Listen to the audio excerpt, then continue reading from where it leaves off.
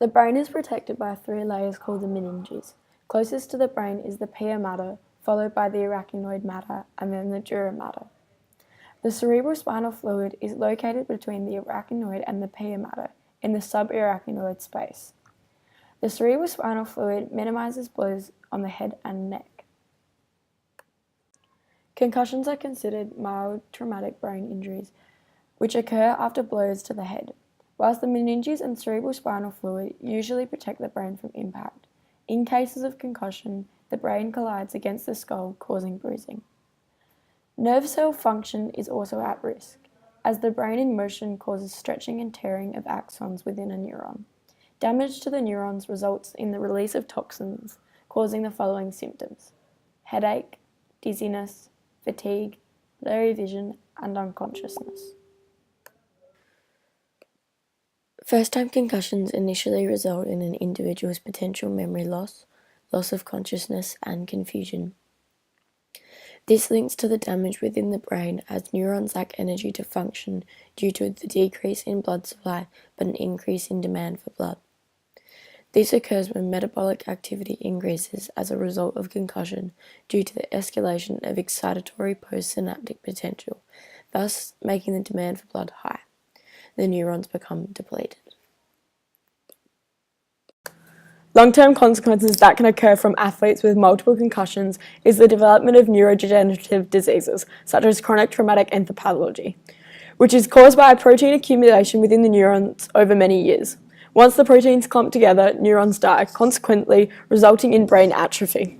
Sufferers of CTE suffer in changes of mood, behaviour, including problems with thinking and memory. Athletes can also develop post-concussion syndrome, which develops changing in cognitive function seen as constant headaches, learning difficulties, such as problem solving, behavioural issues, e.g. changes in mood, onset depression and anxiety for months or years after the concussion. The symptoms associated with long-term damage from concussion indicates harm to the temporal lobe and the frontal lobe within the brain. The temporal lobe is responsible for hearing and an important role in language comprehension and memory, which correlates with the symptoms of learning difficulties such as problem solving.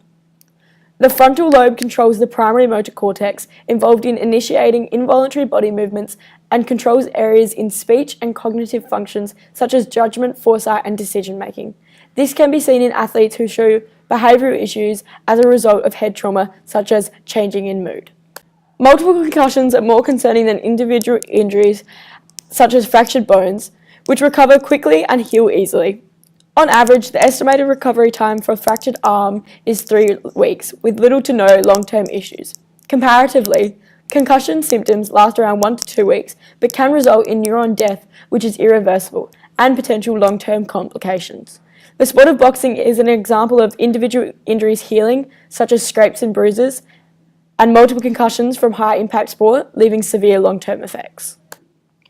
Treatment for concussion is harder than individual injuries to repair, as concussed athletes are prone to behavioural changes and unseen headaches and pain.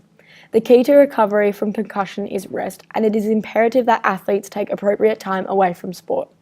Athletes who have sustained a concussion should seek out a sports psychologist consultant who will recommend an appropriate return time and recovery guideline. As symptoms of concussion can result in depression and anxiety, it is important that athletes also seek out a psychologist or speak to coaches and teammates about mood and feelings. Concussion is an invisible injury which makes it harder for people to be sympathetic, as it is harder to identify and recall. Sporting organisations have an ethical responsibility to provide support to athletes, as they are responsible for all players and officials within their club. The Australian Football League shows a consistent commitment to health and safety, especially around concussion, and provides ample emotional and physical support for concussion athletes. In order to protect their players, they have developed a specific guideline for officials in order to properly treat players initially or with suspected concussions. One is to recognise a suspected concussion. 2 is to remove the player from the game and refer the player to a medical doctor for assessment.